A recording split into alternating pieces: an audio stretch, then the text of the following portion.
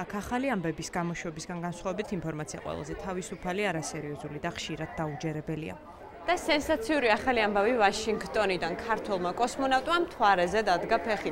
ცნობილია, რომ იური გაგარინამდე საბჭოთა კავშირი კოსმოსში ქართველის გაგზავნას აპირებდა და 2010 წელს ამერიკელი კოლეგების დახმარებით მისმა შთამომავალმა ეს შეძლო. ქართველი კოსმონავტი მთვარეზეა. ამერიკიდან და მსოფლიოდან დღის განმავლობაში ვაშინგტონის ახალი ამბების მუზეუმს 2000-მდე ადამიანი სტუმრობს და ტელევიზორში გამოჩენის სანუკვარ ოცნებას იხდენს.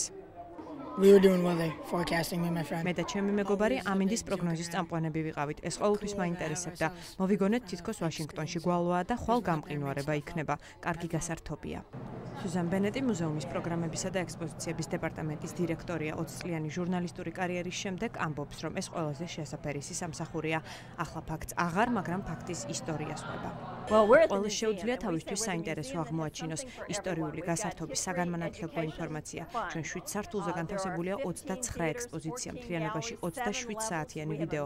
გვაქვს 3 განზომილებიანი კინოთეატრი, სადაც ყველაზე მნიშვნელოვან ჟურნალისტურ გამოძიებებს შეგიძლიათ რეალურობის აღქმით უყუროთ. აქ ყველაფერია ელვისიდან დაწყებული ქარიშხალ კატრინათი დამთავრებული.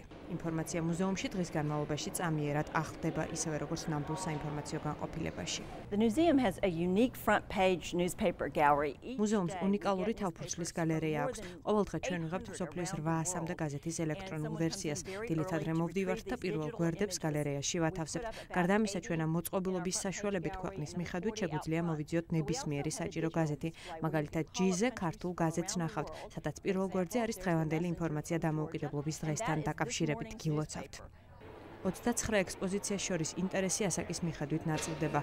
ზოგს პულიცერის ფოტოგალერეის მარგალიტები აინტერესებს, ზოგს კი ბერლინის კედლის ნაწილი, მაგრამ მორგან სმიტმა ზუსტად იცოდა, რომ 11 სექტემბრის შესახებ ყველა გამოცემული გაზეთის ნახვა სწორედ ახალი ამბების მუზეუმში შეეძლო. მე ჟურნალისტურ ოჯახში გავიზარდე ბერმინგემში, ალაბამის შტატში. მამა ჩემი ადგილობრივი გაზეთის რედაქტორია. ზუსტად მახსოვს, რა ხდებოდა 11 სექტემბერს, მაშინ როდესაც მე 9 კლასში ვიყავი.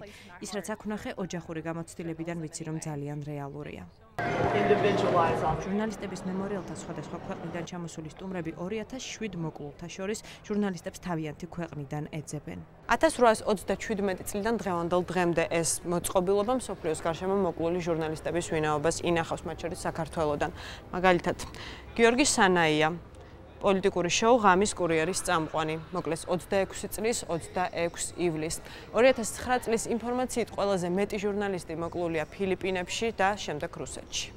სოფლიოში პრესის თავისუფლების მდგომარეობის შესახებ ახალი ამბების მუზეუმი ინფორმაციას ორგანიზაცია Freedom House-დან იღებს. And here we like to inform our visitors about what's going on around the world. ამ სექციაში ჩვენ სტუმრებს ვატყობინებთ თუ რა ხდება მსოფლიოში პრესის თავისუფლების თვალსაზრისით. გვაქვს რუკა, რომელიც მსოფლიოს 119 ქვეყანას მოიცავს და ფერების მიხედვით თავისუფლების ხარისხს განსაზღვრავს. წითელი საგანგაშოა, ყვითელი ნახევრად თავისუფალი და მწვანე დამოუკიდებელ პრესას ნიშნავს. მაგალითად, რუსეთი წითელი ფერით არის აღნიშნული.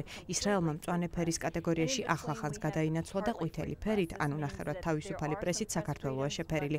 ეს ნიშნავს, რომ პრობლემები ამ კუთხით ჯერ კიდევ გაქვთ. ნიუსის შექმნის პრინციპი ორგანიზაცია Freedom House-ის მიხედვით ერთი და მარტივია. უბრალოდ ყველა ქვეყანა ახალ ამბებს მაყურებელს სხვადასხვა ფრად აწვდის. ირინა ცერცვაძე, ამერიკის ხმა, ვაშინგტონი.